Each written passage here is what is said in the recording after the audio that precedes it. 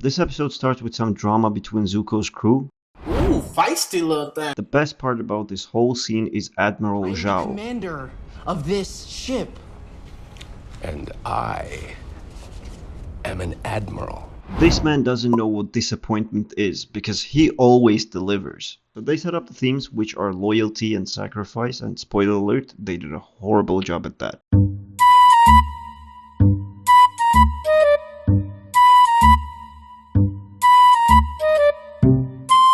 Aang pulls up at the Roku temple and contacts him. They keep yapping for like 3 minutes, no real substance in their conversation.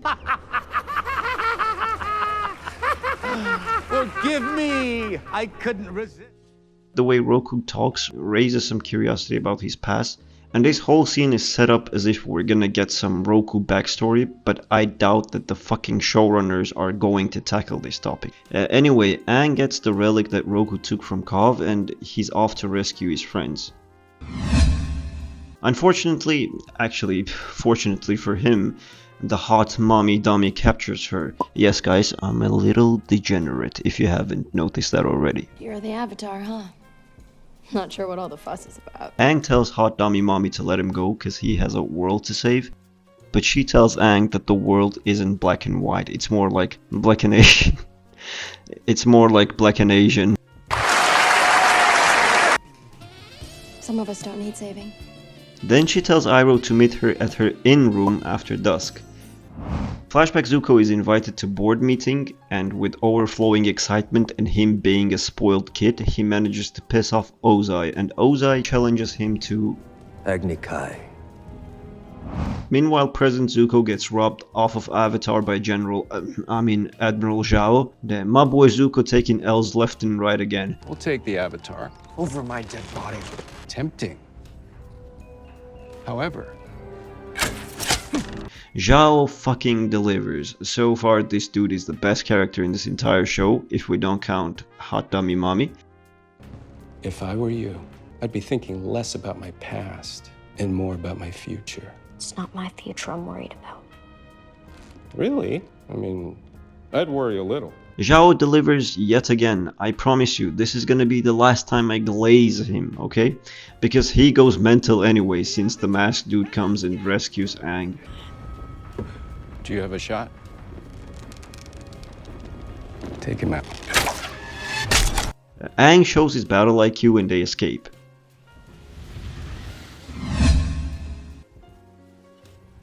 It turns out that the masked man is Zuko, and the room starts to fill with some awkwardness, and Aang doesn't like that, so he tries to make a small talk. Can I ask you something? It might be a little personal. Goat hair or rabbit? What the actual fuck are you talking about? I'm starting to get awkward now, right? He starts glazing Zuko more than I glaze Zhao, telling him how much he loves his book and that Zuko should have become a writer instead. Zuko smiles, they're becoming friends. Aww. You can show some compassion. Compassion? Compassion is a sign of weakness.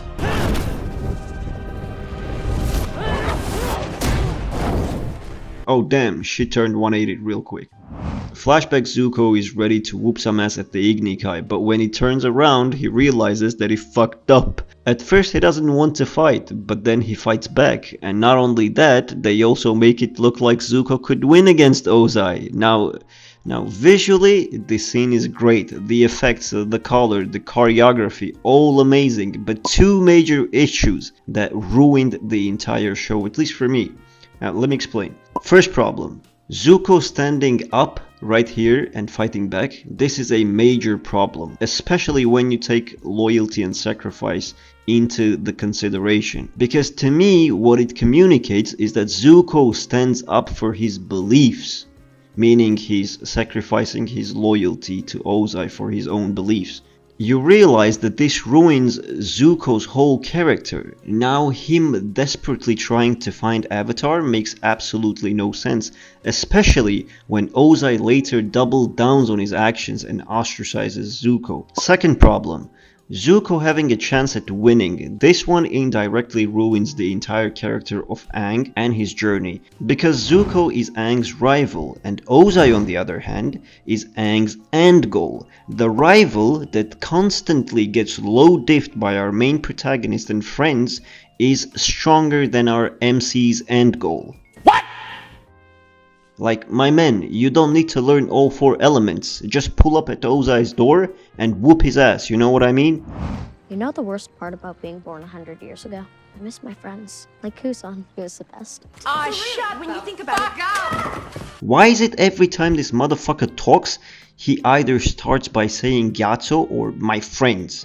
The first 20 minutes of the first episode was supposed to be Aang's backstory. Why do we keep learning about his past through his dialogues? We're not even learning about his past. It's just the same shit recycled every goddamn time. And looks like Zuko agrees with me.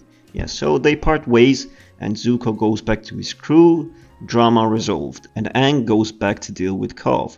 I would have loved to see Aang and Kav interact here a little bit, maybe dump some lore on us, but they went with this montage and narration route. It's a missed opportunity, I think, in my opinion. I think Kav should have gotten his closure.